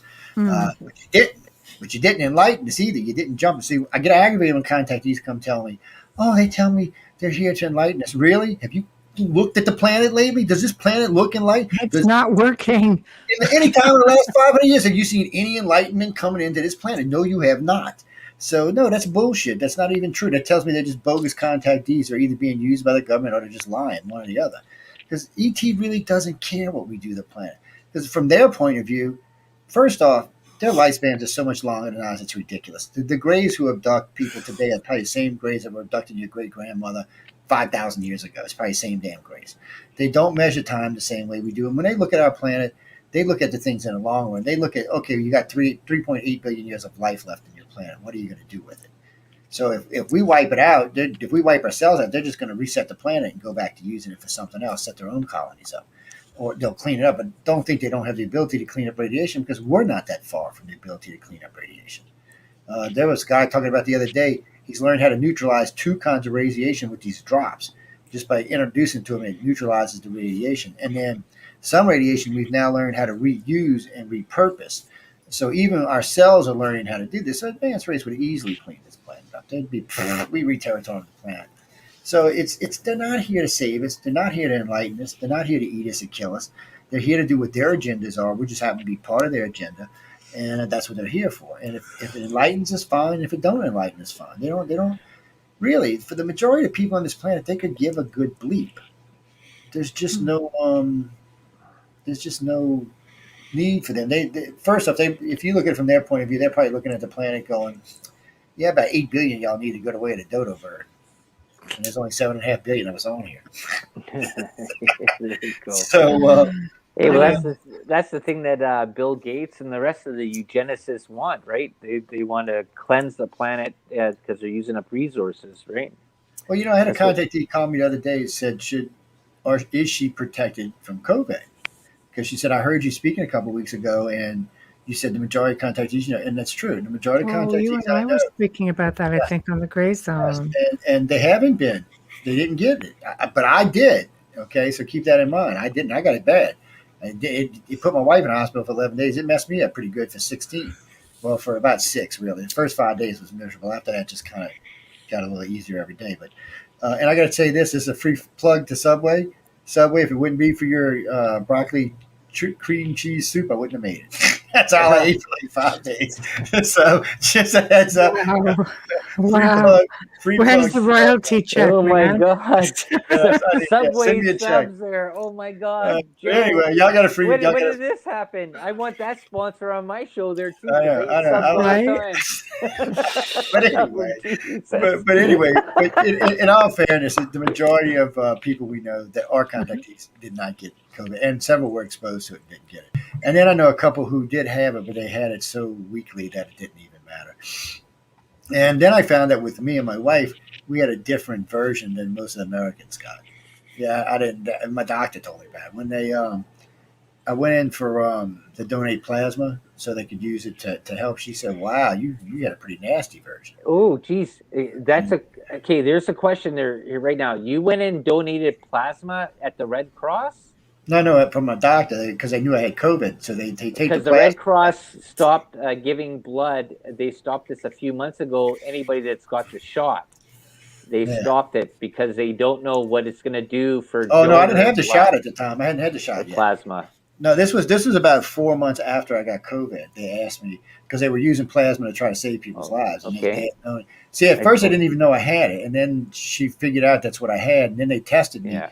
And they said when they tore the plasma, that's when they found out I had a different strain. Okay, because the Red Cross won't take blood from anybody that's got the shot. Yeah, and they shouldn't, because nobody knows what the reaction from that's going to be yet. Right, exactly, so there's no way of knowing. And that's another thing to Clara, who wrote to me yesterday about this. I don't think the aliens care about the shot either. I don't. Apparently, they're not affected by COVID. Abductions didn't slow down any. People didn't. No, but I'm wondering if there is something amiss with it. For example, would they remove it from? Because let's face it, if let's say you're a hybrid, or let's say you are, somebody of great interest to them, obviously, and because there's a lot of speculation that these shots may change the RNA, change you a little bit, right? Yeah. And if that's the case, that's sort of undoing or messing a little bit with what they're doing. So are they even sort of, I'll say ixnay, but are they sort of saying, yeah, no, we don't think so. This isn't going to be a thing. And they just rewrite things again. Well, comes into this question that Joe, I think you were starting to research about the blood types, right? The RH or the RF blood types and stuff like that. And I'm wondering how are they affected with stuff, right? There's no research on this stuff, period, right? These are all speculations, but a lot of people that get abducted have a certain blood type, and just wondering about how this medical device that's being injected into them, and how is that reacting with them and their blood type, right? All this stuff is not even being looked at or even being considered because it's all woo-woo conspiracy and people in the fringes on these channels like us that we're doing this, but people asking questions and nobody cares about that. Maybe they'll be able to tell a few years down the road. It's going to be interesting. The people who've taken it, the people who haven't taken it. Mm-hmm. I think a lot will come to surface in another 2-3 years as to whether the conspiracy theorists were right. I'm going to talk about this Wednesday because I'm going to change the UFO on the cover. Wednesday is going to be off, and I'm going to do the Centralist because Friday we're not going to be able to do it. It's going to be Science and Beyond again. But I'm going to bring this up. I want to talk about this, and I'm going to talk about Biden going over there because there's been a lot of new stuff that's come out about COVID recently and about who was doing what and what was doing who and who was playing with what. And there seems to be some evidence that there's some funny business going on. But the problem with COVID or a problem with the vaccination is you have 7 different types now, and 2 come from one type of technology, 2 come from another type of technology, and damn glasses, and the other ones come from a different technology. But they got your traditional ones that come from the COVID vaccine and from the flu mixed together, and then there's the other technologies, which are what Moderna and Pfizer's using. And I want to get into that. We're going to get into it tonight because we don't get the time for it. But we'll get into it Wednesday because it's something that needs to be talked about. What could be the repercussions from this? So I was listening the other day. I noticed they're just kind of blowing off the Johnson & Johnson. They're not even worried about repercussions on it. It's too close to a regular vaccine. Well, that's why it's been outlawed everywhere else. No, actually, Johnson's not outlawed anywhere. Oh, sure it is. Canada won't touch it. No. Canada won't touch it with a 10-foot pole. Apparently, a couple of other countries. Y'all just took 50 million doses from us 2 days ago. No, we didn't, Joe. Oh, yes, you did. No, they did. We were supposed to. We had a deal with Biden, but apparently they said no, and we have not received it because a certain fearless leader that we have went against and said no. Yeah, Joe, you got to get up on your news here. It says, I am, dude. I'm getting ready to tell you. Y'all are behind. I told this to Michelle the other day. Dude, they're saying no. They're saying no. Y'all have not been getting the full press in your country. We both know. That's like y'all told me that, the West Coast was closed down, but yet everybody's coming and going out there all day long. The thing of it is, oh my God, Joe. So where do you live again? Listen, if you shut up, you learn something. Okay. So in yesterday, this is yesterday. This wasn't 2 days ago or 5 days ago. This was yesterday.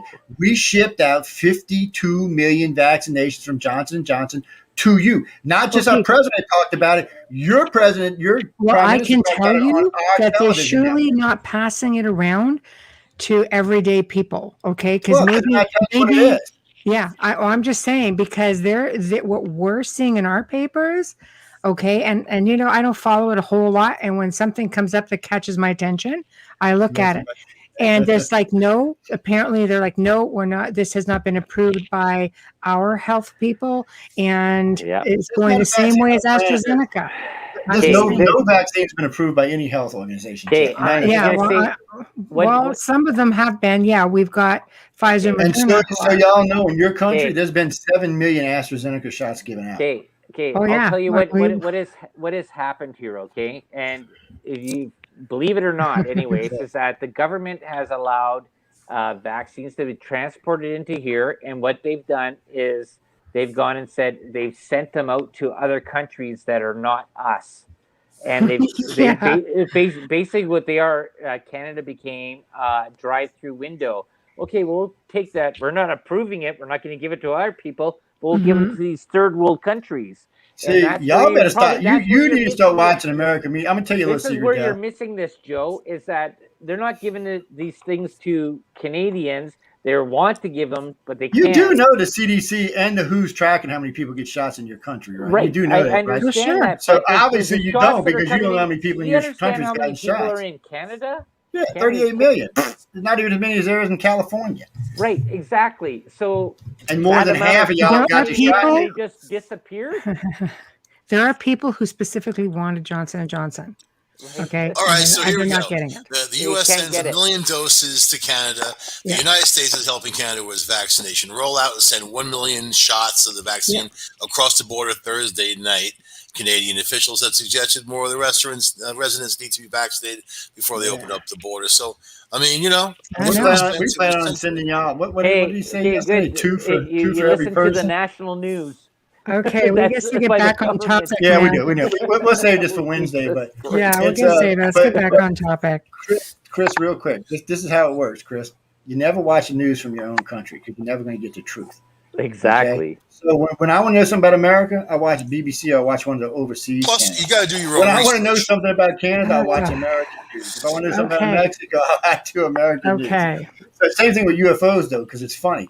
So if there's a sighting like the DC sighting, so there was a 50th anniversary sighting. What was it in 2011? Whenever it was the 50th anniversary of UFOs. They had one 50 years earlier. That happened. Same flight pattern, same time, same everything. So they actually scrambled F-16 to go look at it. No one seen anything, but the pilot said he thought he saw something, but then it disappeared. So that's what we got in the U.S. Okay. So I turn on BBC America. Oh no, BBC America got the pilot on talking about not only what he's seen, how he chased the damn thing for 15 minutes, but that was nowhere on any American news. And just to put this in perspective, because we're going to talk about this Wednesday too on the G7. If you listen to American media about what went on in G7, Biden is the greatest president to ever walk on the planet. If you go listen to what the world news is saying and everything in Europe is saying, he is, I can't even say on air what he said.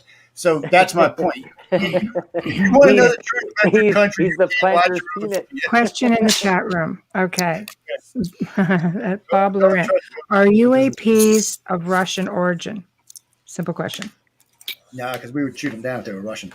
Yeah, well, I think we're still understood that there could be secret projects that are not See, this is the problem, I think, and Joe can even say this about compartmentalization and stuff like that. Is that certain branches don't know what's going on in that, and that's why DARPA does whatever they do, and NSA doesn't know what the CIA does or the FBI and stuff like that. So you have no idea. And I think the government, the president, is the last person to know, right? Yeah, it depends. Yeah, it depends what it is.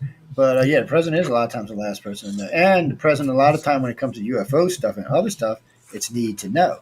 So, like a one-term president, they probably won't tell. They might not even tell a two-term president unless there's a physical need to know. And as far as I know, the last Democratic president to know was almost 50 years ago or 60 years ago. The last three were Republicans, they told. It has more to do with what was going on at the time. Reagan knew. Crazy ass Reagan. I don't know who told me. Maybe it was Daddy Bush told me, but Reagan knew. Reagan was the first president that acted like there was some shit going on. I mean, this guy institutes Pine Gap. Okay, Pine Gap, British American Defense of Outer Space, still in operation today. Don't know what we defended ourselves in outer space from. I thought the very first time we tried to contact Pine Gap, they told us they had closed down and went out of business. And then 2 years later, we busted them because we found their order manifest on the internet and made them public. So then they had to come back out and say, oh, no, it was just a shutdown for a year and then we're back. So I've called them a couple of times. What are y'all actually defending us from? Is it asteroids or meteorites? He said, no, NASA does that. Okay. Then what the hell are you defending us from? This is deep space we're talking about. We're talking about something beyond our solar system. What the hell? And what do we have in our planetary defenses now that can defend outside of our solar system? So somebody's lying to us about something serious.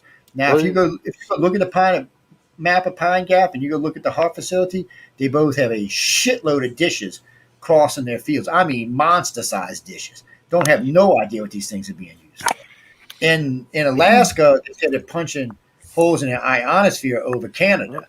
So they're baking y'all, basically. Yeah. They're getting the radiation and cook the Canadians. I'm not sure what that's about. So is northern China's doing the same thing. But there's also a thing there, too, around Turkey.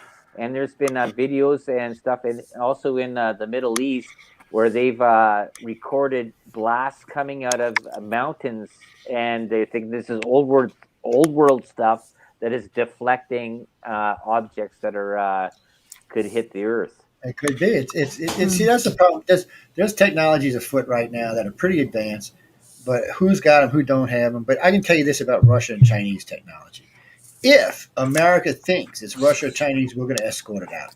We're either going to shoot it down or escort it out. We're not going to play around with it. During the summit, some of Russia's planes got real close to ours during the summit. The Navy said, either move or get your ass shot down. Your choice. We don't care either way. And of course, and they left because the Navy meant business. They were going to shoot them down. But this has been going on a lot. So if same thing with the Russians and the Chinese, because they have these same experiences. That's how you know it's not theirs. If it was theirs, then they wouldn't have these experiences. It would just be us and whoever. Well, that's the same thing there when Trump was dealing with China, and then he popped up 4 nuclear subs there right off the coast and said, "Hey, look at, we're here. So if you think their technology is so advanced, and they let American subs just pop up off the Oh, coast, but it's worse than that. You didn't hear about this, did you? It's even worse than that. So they're floating a big military fleet through the Pacific, right down to where all the islands are, doing their thing, showing how big and bad they were, blowing up shit. All of a sudden, in the middle of the pack, a U.S. destroyer shows up. They didn't even see it. Was inside the middle of the pack before they even seen it, parked up against the carrier. It could have took their carrier out. It could have took most of their fleet out before they even knew it was there. This is one Agus cruiser we sent out there, and they had to shit when they realized that. They had to go, So this just surface on the surface of the Earth. So you got to figure what country has something that they can do in the air. Well, China, I don't worry about as much because China's using what I call 2 generations old United States technology. This is stuff that people in our government who are crooked and shit have been selling to Chinese. So, like when we say we're going on 6th-gen jets this year, they're saying they're going on 6th-gen, but technically they're going on 4th-gen because they're stealth jets or stealthy, but they make such a big plume cloud that you can see them coming for miles. So they're not really stealthy. And we learned that certain, thanks to the which one was it? The SR7? No, the 22. We found out that cell phone towers can find stealth planes. So the reason I bring this up is a gentleman was 2 kids that figured this out, by the way. But someone else realized that if we can detect stealth planes with it, maybe we can detect UFOs with it. Well, it's more about the air disturbance. They around the plane. Everything affects something else. I mean, every move deserves a counter move. So, but as for technology, I mean, look at Russian cars, look at Chinese cars, look at what they do. I mean, their technology is not any better than ours. Not that ours is all so great. So, and you could have all kinds of great stuff. I mean, there could be a lot of reasons why they released all this info, but it really comes down to, I think people saw it, so they have to come up with an excuse, right? If they could isolate it, nobody saw it, it wouldn't matter. I agree with Michael on that. Everybody's got camera phones now. It's so easy to snap a picture. Then what do you say? No, it's not. Getting pictures. That's the problem. Yeah, but above an aircraft carrier? Yeah. I mean, that's some serious stuff right there. Wait. I want to bring this up while we're on this now. This because this shows something about how crazy the U.S. is. So we got the new carrier out there, the George Washington. I mean, the Gerald Ford, right? Big, massive, biggest thing we've ever built. This thing is a beast. Guess what we were doing today? Lobbing 1,000-ton bombs at it. See if we could damage it. I read that. Yeah. I go on the USGS site to see where it wasn't even affecting this thing. Did you know the explosions? The Chinese and the Russians must be shitting. 1,000-pound bombs we just drop in this case, not even scratching the carrier. They got to be thinking, oh shit, what is this thing built out of? Well, they should hit it with a torpedo and see what happens. They have. It actually, they when they first came in, they tested it with torpedos. No, I didn't see that funny. Wouldn't it be funny there is that there's some small little African country there, like Zimbabwe or Wakanda, that has stealth technology, and they have all these ships there, and the U.S. and Canada, the Five Eyes, all the rest of them have been so misled and duped that they don't know that. We thought they were a third world country that didn't have technology, but the aliens have been contacting them. It's always a possibility. Could happen. Right? We wish. A lot of people would wish. But again, the ETs are never shown. This is the most important. Well, no, this is how things work, and you can tell. The first contact of the modern world would have been with the Nazis, probably around 1900. That's when we're pretty sure because around 1911 through 1916, the Nazis started building saucers. They built a tank saucer, a boat saucer, and 4 plane saucers. So they were actually after him. Then 10 years later, 12 years later, Hitler comes into play. World War II starts. Hitler writes a book, Mein Kampf, talks about these aliens used to come bring him ideas. They gave him the ideas for working with the twins, telepathy, the nuclear bomb, all of this shit he says he gives them credit for bringing to him.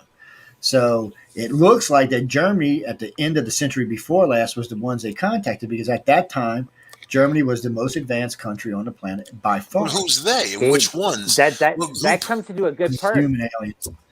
Paperclip, right? So you got end of World War II, right? DARPA's formed in 1958. You got U.S. steals all the the German scientists that were doing experiments and working and stuff like that, brings them all over. NASA's formed, and we have a more explosion of UFOs. Well, not necessarily. I actually, the amount of UFOs went down after the war, not up. People don't realize that. They actually, the amount of sightings from like 39 through 46 are explosively high. And then when you get into the 50s, there's still a lot, but there's not as many as there was during wartime. They've dropped off. Mainly probably because there's just not as many people out looking around, to be honest with you. I don't think it had anything to do with the war. I just think there was so many people on edge during wartime that everybody was watching everything they saw in the damn sky. Just like in the United States, if you pay attention to the U.S. after 9/11, the amount of sightings went up for about 10 years, almost doubled. You know why? Because everybody started looking up instead of looking at the ground or looking forward when they're walking. They started looking up. Or they started paying attention. Contactees started paying more attention, and we're seeing them. But again, now they're just back down to whatever they normal, and it doesn't really seem to matter. You can tell certain times of year sightings are going to be higher, like in July. For the U.S., that's the highest amount of sightings happening in July. Well, that's when everybody's outside the most. It's also when a lot of the things are more prominent in night skies. You can see them better and stuff, and you are outside more. So you're more prone to see weird things flying in the sky. Winter times in January, they drop off severely. Unless it's abductions or contact stuff, it just drops off severely. And it's like that all around the whole world. One of the best sites for that, Larry Hatch, I think he's retired now, he created the UFO database. So he starts in about 46. Now, what's great about this guy's site is he's got 46 to like 2010. He's got the whole world site. It's not just America's. And what's great is you can overlay year by year by year by year by year. So you can see the patterns in the sighting. So we started using it to track abductions. So where's the biggest abductions happening, and at what time of season? Because we have two hemispheres. Year round. Abductions happen year round. It doesn't go by seasons, but abductions happen in the populated areas. LA or New York are probably number one in abduction cases because they simply have the most amount of people living there. And the craziest people that are on the most fentanyl. Yeah, well, that's true too. But and places like Houston and Dallas. So people, in the early days, they always they were abducting people out in the woods and the countries living in trailers. That's bullshit. They do abduct them, but they abduct according to your family line. So wherever your family line happens to be, since the majority of people live in cities, that's where the majority of abductions are. Sightings happen everywhere. I mean, you see sightings everywhere. But why are people having such horrific experiences then, like really horrific abductions? When you mention where they happen. Like some people have been pretty docile. Other people are really horrific. Do the people have reason to be afraid? Did the government do their job of protecting them? No, what happened is whoever did the brainwashing just did a better job. So in the case that somebody remembers something horrific, it might be because they wanted them to remember. It may have been a lesson. Somebody who's docile, it's because they're too tender to remember. It'll do too much damage to them in the real world. Here comes a question, right? If you're an advanced society or advanced alien race, right, that you have to go and pick up little ants around the place there to go do experiments on, why don't you just go and you probably have cloning technology and you probably have something like that. Why don't you just go and take these little things and experiment on them and stick your finger up those things? They're not exactly experimenting on us. They do some experiments, but mostly what they're really doing is our progression. So when they met us, we were basically cavemen. Today we're spacefaring race. Yeah, right now. Why is there so many abductions even in the last 50 years? It makes no sense. It does because they're doing family lines, and over the years, family lines grow. Yeah, but so think about this. Though, when they started abductions, they abducted John Joe 200,000 years ago. And the average family was 10 kids. So if you take that forward today, that one guy they abducted has at least 20 million kids today. Yeah, 15 million. So when you talk about original 1,000 or 2,000 abductees, that's like 1.5 billion people. That's true. That's crazy. So that's why there's so many people being taken, because the population just keeps growing. Right. Well, like even what Michael Angley said there too, is said, why do they need to do the finger up the probe? That's what I said. That's one of the oldest misnomers, and it's not just that. A lot of what people say going to abductions don't happen. Say that. Most of the stuff, the only alien I know that fills orifices was the Greys, and they got a thing that comes out the wall. First, they float you onto this. Are they transgender? No, Are they float you. They transgender? float you onto this thing that comes out of the floor. It's clear. It looks like water floating up. It flows out. You set out on it, and it covers you completely. It just encases your whole body. And how you breathe in is beyond me because there's no holes there whatsoever. But you're still alive. Then the thing comes out of the wall. Comes out of a tube.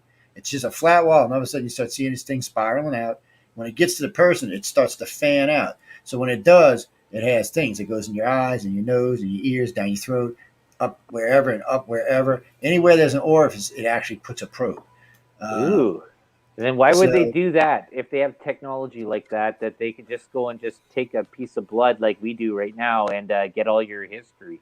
Yeah, like what Del said. I want to know. Right? I don't want something up my bum. Because one, you're missing the point. It's not about them finding out what you're doing. It's about the fear. Right. Oh, They don't so they knock want you out. You're That, conscious that for would this. make sense. Yeah, you're conscious now- for this.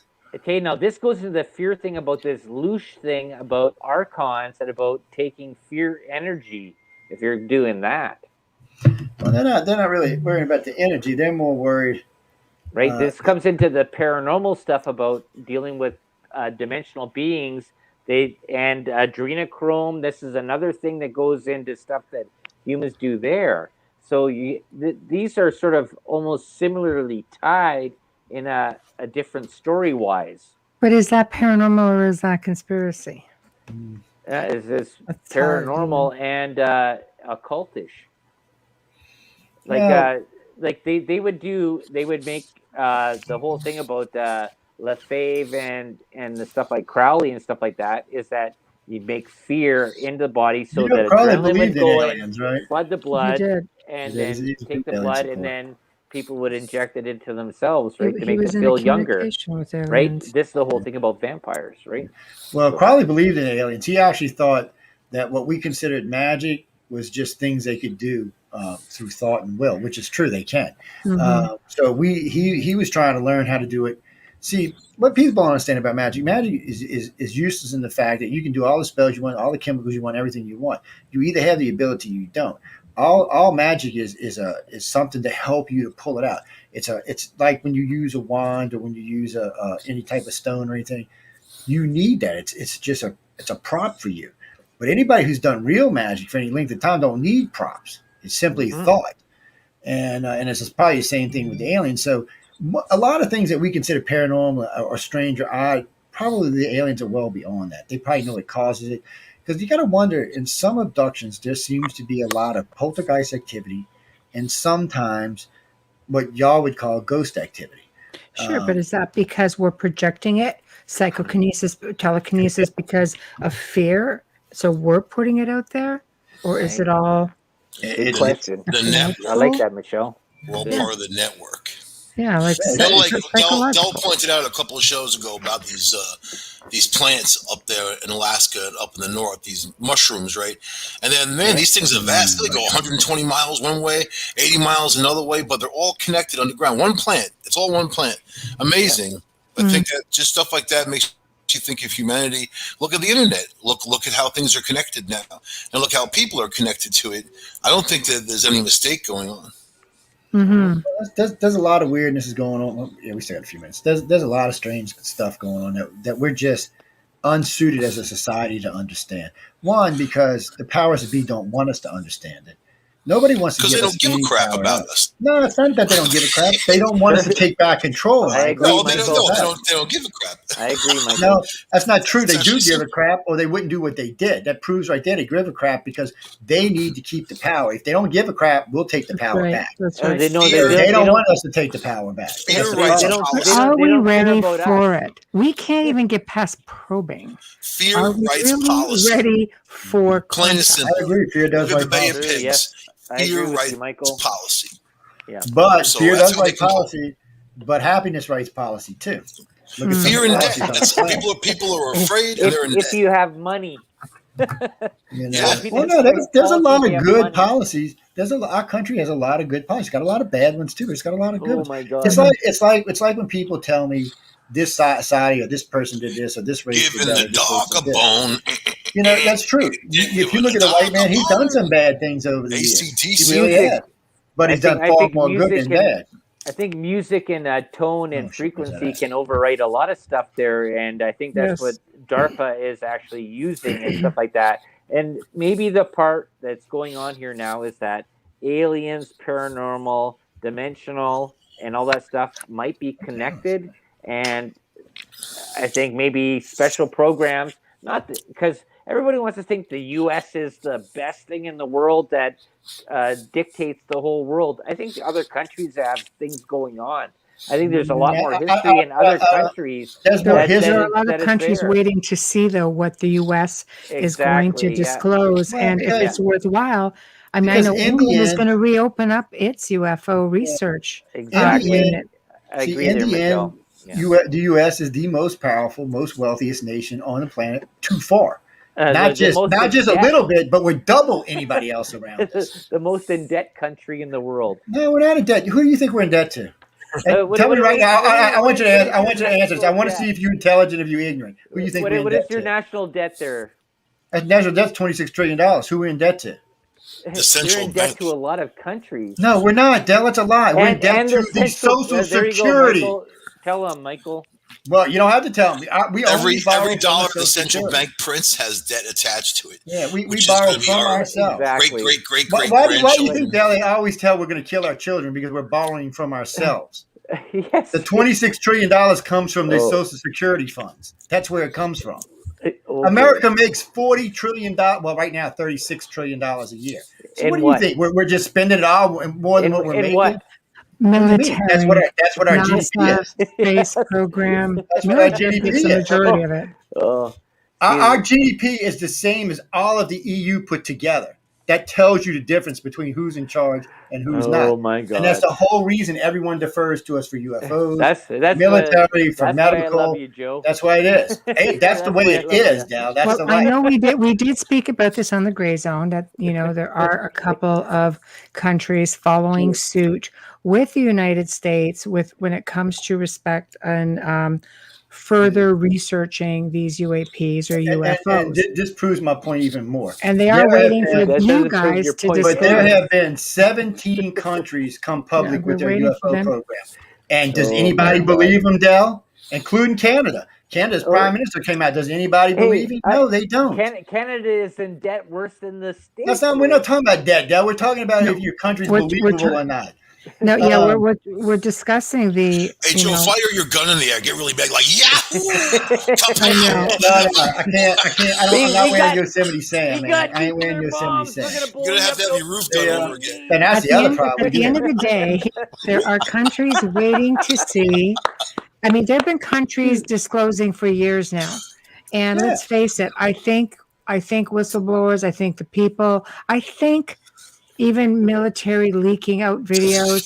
Disclosure's been going on in bits and pieces for a long time. But for whatever reason now, governments are deciding, you know what? There's obviously something out there. Let's start researching it. Nobody's saying the alien word. Everybody's just saying there's something otherworldly that's coming here. Is it a threat? Is it not a threat? Even if it's just, sorry, Jeannie, one at a time. Even if it's just for the sake of, is it weapons or advanced technology from another country? Everybody's jumping on board to further research, and they are waiting for the United States to see what they're coming out with. Let's do it in Boris Yeltsin, and Paul Hellier's, and and Prime Minister Merkel's own voices. When they said, yes, we have disclosed everything we know. The only one who knows the truth is the United States. That is three of the most powerful leaders in the world stepping up and telling you that, look, you want the truth, you got to get it from America. Putin, just 6 months ago, said, if you want the truth, Putin said it himself 6 months ago, if you want the truth about UFO craft, you have to talk to the United States. And this is the second most powerful man in the world telling you, Del. You got to go listen. Hey, listen, I believe that. I think the U.S. is financially deficit. We don't know. But I think you guys are financially, militarily strong. That's not there's nothing wrong with that. It said, but the thing is, though, is that out of here is that what you have the USA is a big bully around the world. They've impacted a lot of countries. I think about 180 of them out of the 185 that are part of the UN. that they've manipulated by CIA, NSA, FBI, All governments military, manipulate. all the way around there Just saying. throughout the world. There's a whole thing. USA has a finger in everybody's butt all around the world. And the thing is, and that's why people are waiting and says, well, what's the USA going to say about UFOs and paranormal and everything else that's going on? And that's the whole thing. And everybody's going to look at that. And well, the world is watching. The world is watching. It comes down to money. Go ahead. I'm sorry. That's okay. Go ahead, Michael. It comes down to money, right?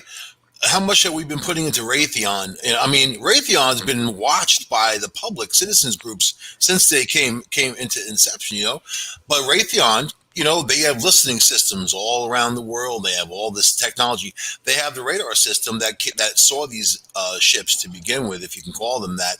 Mm-hmm. But, and we have bases all around the world so we can monitor. It's kind of like, we're going to be in the forefront of information, but we're never going to give that information up. Not ever, not never. I mean, I don't understand, even if it's blatantly obvious, we're not going to give it up because that's not what this country does. Yeah, true. I agree with you, Michael. But, countries are disclosing. It's like Wayne said, I'd like to see Chile open up their files on UFOs. They're so close to Antarctica. Actually, South America is probably one of the biggest hot zones for UFO activity, really, in the world. Mm-hmm. So for sure. But again, I think at this point, the world is watching. And I think the U.S., does lead the way, with a lot of technology and a lot of stuff. And I think they're waiting to see what they're going to say and decide how they're going to react and say, okay, we're going to jump on board with them. Let's sort of collaborate, or let's just sort of see what comes. China blatantly said, is this something otherworldly, or is this some other technology from, people we need to worry about here on the planet? Right. So it's strange because Ping asked Trump about UFOs. It's one of the reasons Trump released it. He was asked, Xi Jinping asked him, what is this? Because Xi Jinping said this is becoming a security issue for China. Is this y'all? So we can balance this out. And Trump said, no, it's not us, but I will get the Pentagon to release what they know. And he kept his promise on that. Yeah, well, when JFK tried that, he was dead a month later. That's true. No, but doesn't that seem like an interesting question, right? So you have the U.S. asking China, is this you? And they're going, no, we had China. Other way around. China was asking the U.S. Yeah, other way around. Yeah, China was asking the U.S. U.S. knows where he's come from. It doesn't matter. You have China asking the U.S. And then they're not asking Russia, and Germany area over there. They were the biggest people that were actually looking for stuff like this back before World War II. So you have to wonder about questions. Why aren't they looking that way? And then you have your doughboy Biden there going there and acting like a fool. I call him crack, boy. On crack, they're opening up oil fields and doing whatever else. He was Biden. We're gonna talk about it Saturday. I mean not Saturday. Wednesday we're gonna do the Centralists. We're gonna cancel UFO and cut do the Centralists Wednesday because do not make me late. We got. Oh man, I don't know about that. Big show for us. We might have to cancel your show. What do y'all think, Joe? We might have to cancel it. You know what happens? We have the relic hunters from the UK coming on. It is like 2 a.m. for these poor guys. No. It's gonna just be the guys. You might have to cancel you that night. Never you freaking mind. You'll be getting hate mail, and it's gonna be from me. I know we got to get out of here because coming up next is the Horsefly Chronicles with Julie and Phil Syracuse. So they're going to be on in just a few minutes. We're getting ready to roll out of here. I'm sorry, Glenda the Happy. Okay, well, I'll go first. I just seen Glenda the Happy Rich. Go ahead, Deb. Tomorrow, Tuesday at 9 p.m. Eastern, that's 8 Central. The delicious recipe, I have Varla Ventura on there, and I'm going to have, along with me, Laura Lee from the Angel Rock, and we're going to finish off our year-long solstice equinox stuff there as it's coming on there. So tune in there tomorrow at 9 Eastern. Yes. Mike, go ahead, babe. Discovery Paranormal tomorrow, 8 p.m. Eastern on United Public Radio Network, talking about, is the universe one big brain and we're just inside of that? Or basically, what is consciousness? What is it? They haven't just decided when it comes to AI, when that becomes conscious, and that type of thing. And also, of course, the Red Pill News every Thursday, 8 p.m. coming at you. Take the red pill. Take the red pill. Allie, you're up. All right. So, Outer Realm with myself and Amelia Pisano on Wednesday night with Carl Cookson and Hamilton White from the Relic Hunters TV show on Thursday night. And again, that's 9 to 11 Eastern, 8 to 10 Central. Same time applies to Thursday. We have Fritz Zimmerman joining us. We're going to be talking about sacred geometry. Then on Friday, I am on the Church of Mavis with Jeffrey Pritchett. And after that, I am on Science and Beyond. Amelia and I will be joining Joe for that. And then, of course, on Saturday, Joe and I have the Gray Zone Uncensored, 6 to 8 Eastern and 5 to 7 Central. Busy week. So, guys, we're going to change this Wednesday. Yes, I am, Jeannie. Yeah, we're going to change this Wednesday. All right, what was that? We're going to change this Wednesday to the Centralist, so y'all can go check it out. We're going to be talking about this. We'll pull up the GDP numbers. And, Glenda, to answer your question real quick, the reason why America controls the world because it controls Europe. Between Europe and America, the world's GDP last year was 80 trillion. Between Europe and America, we control 55 trillion of it between the two. So yeah, that's why. Yeah, but then you have to look about the central bank and who controls the central bank. Yeah, it doesn't matter. That's where all the money's held out right there. Those two powers control almost all the money on the planet. Whenever the central bank is controlled by the people who control the money, just like every other. Whenever I think of Amelia Pisano, I think of this song. We're gonna go it's all about the pizza. It's about Amelia Pisano. When you say her name, I think of that some more. Yeah, I know, but we got to get out of here because we're gonna make the other show late. So, guys, remember, tune in on. Don't forget, this Friday we'll be Science and Beyond with all of the people who are up for awards. Will be on Friday night. I just seen some voting. Looks like we might at least one of these shows might win. Two of them might win. So. Get out there and vote, people. Vote. The E Awards. Get out there and vote. 3 shows up there. Vote. You got Writers of the Future, The Centralist, and The Outer Realm are all up for awards. Get your ass over there and hit like. And I want an award. I got 2 awards last year. I got 2 awards last year and 1 this year. I want some more awards, people. I've got award addiction. That's what it is. And if you're hungry, go to the delicious recipe. That's right. Go hang out with Uncle Dell. Guys and girls, we got to get out of here. Coming up next, the Horsefly Chronicles with Julia and Phil Syracuse. Stay tuned, guys. Oh, and that's right. We got to play this thing, don't we? Here we are in the Writers and Illustrators of the Future Lounge at the Author Services Building in Hollywood. It contains a gallery of the writer and illustrator judges, a selection of the awards the contests have received, a library containing novels and art books published by winners and judges, and a selection of photos of some of our beloved keynote speakers and guests. For nearly 4 decades, L. Ron Hubbard's Writers of the Future contest has discovered and nurtured a steady stream of new authors and artists who have changed the face of science fiction. Chosen by an impressive panel of judges, drawn from the biggest names in the genre, contest winners are given the best possible foundation for a long-standing career. Now in its 3rd year, the Writers and Illustrators of the Future podcast continues to provide advice and tips from contest judges, industry professionals, and contest winners for writers and artists wanting to take their next step, along with needed inspiration to keep on going. If you are already a regular listener of this podcast, I thank you. If you are new to it, I welcome you to the weekly installment of the Writers and Illustrators of the Future podcast. This is John Goodwin, your host.